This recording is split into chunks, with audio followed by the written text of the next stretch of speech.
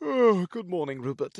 Please tell me you set the timer on the coffee maker because I completely forgot. Ah! Oh, Brian, can I do one? I love scratches. Cherry. Another cherry.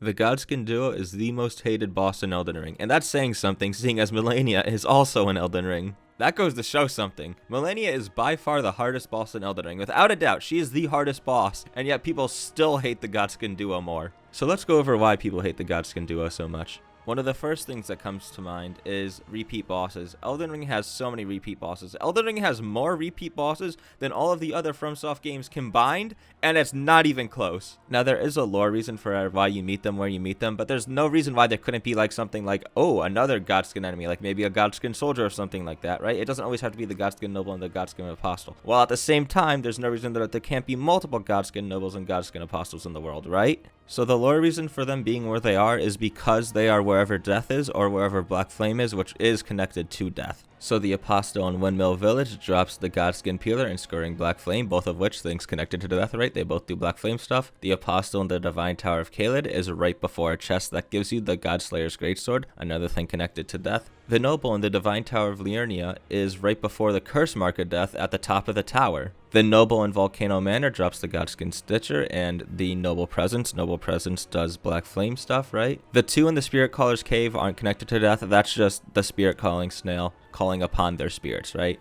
And finally, of course, there's the Godskin duo right before Malekith, who holds Destined Death. As I said, just because there's a lore reason for it doesn't mean that there couldn't be other Godskin enemies, right? There's no reason we couldn't have some sort of other Godskin enemy that isn't an apostle or noble at those places. That's just a small criticism with the Godskin duo, which just, it adds up. It all adds up to make people hate it even more.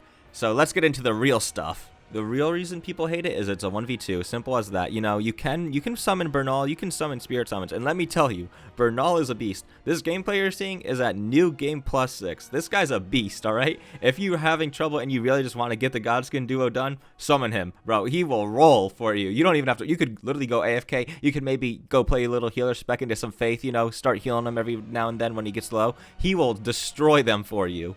But for those of us with fat egos, it's a 1v2. Now, the reason the 1v2 is a problem is because first impressions matter, and most of the hate that the Godskin duo got was actually at the beginning of the game. If you were there, you'll remember. There was a lot of people talking about how bad the Godskin duo was, and the reason for that is because there's a lot of pressure in a 1v2. You don't know how the fight goes, no one knows how the fight goes, the game just came out, and first impressions matter, alright? So you're under all this pressure, like, oh my god, I have to watch out for this one hitting me, and this one hitting me, but what you'll figure out with their AI is that if you just focus on Fatty and let Skinny sit there menacingly, Skinny ain't gonna throw shit at you. It's only gonna be Fatty throwing stuff at you. You can make the 1v2 two separate 1v1s just by isolating your 1v1s, letting the other one stand back menacingly while you fight the other one, right? But you don't know that your first time through, you're under all this pressure, you're like, oh boy, when's the next one going to attack me, right? So you get very scared, you're under pressure, so you don't perform as well. And that is part of the reason why the Godskin duo was hated so much, is first impressions and not knowing how they work. Now, technically, even if you're isolating 1v1s, the one that's far away will still throw Black Flame at you, but it won't be swinging at you, right? So when it throws Black Flame at you, just roll. Another reason people hate this fight so much is because it's Ornstein and Smo, but at home.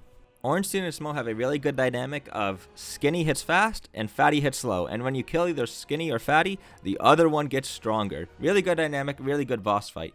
You see, the Godskin duo has none of that. They have no interaction with each other outside of summoning each other when they die. Other than that, there's nothing. It feels like you're fighting two separate bosses that were just placed in the same room. Yeah, they may look the same and stuff like that, but it still feels like you're fighting two separate bosses. Fun little fact, it was actually recently found out that they are able to wake each other up. However, there's a bug with their detection of if someone's asleep, so you'll never see it in the Godskin duo fight. But they're actually able to wake each other up if they detect that the other is asleep. So they do have another interaction with each other. It's just bugged. On to another reason why people hate the Godskin duo, and personally, my favorite, the one I hate the most, and it's that they can input read or whatever. I have no idea how it works. I don't know if they're input reading, animation reading, or what reading. But let me tell you, if you try and run away and heal, you're getting a black flame thrown right at your face. At least there are pillars that can act as cover if you need them to heal. You can just put a pillar between you and the enemy, and you can heal. Even if the pillar's broken, if you're close enough to the pillar, possibly the black flame will still miss and it'll hit the pillar. Just you have to be close enough to the pillar for it to work, right? So it's really good. The pillars are nice for that. But that's not even the reason the pillars are there. The reason they are there is so when Fatty starts rolling, you have cover from Fatty. But if the pillar is broken and you're standing on top of it, potentially Fatty might just roll over the pillar, right? Sometimes maybe he just gets a little boost. Maybe the apostle just throws him up a little and he decides to roll over the pillar, right? And you can't react to that, all right? You don't have the reaction time to react to Fatty. Like, he's right next to you. So if he just randomly gets some vertical height, you're already rolled over, right? It is really annoying. It's quite finicky, and I do not like it. The Godskin duo is the most hated boss fight in Elden Ring, and there are many valid reasons why, but I also once again just want to mention that people often either underestimate or don't even acknowledge the fact that first impressions played a big part in developing the community's opinion of the boss fight, especially during the first playthroughs when the game just came out.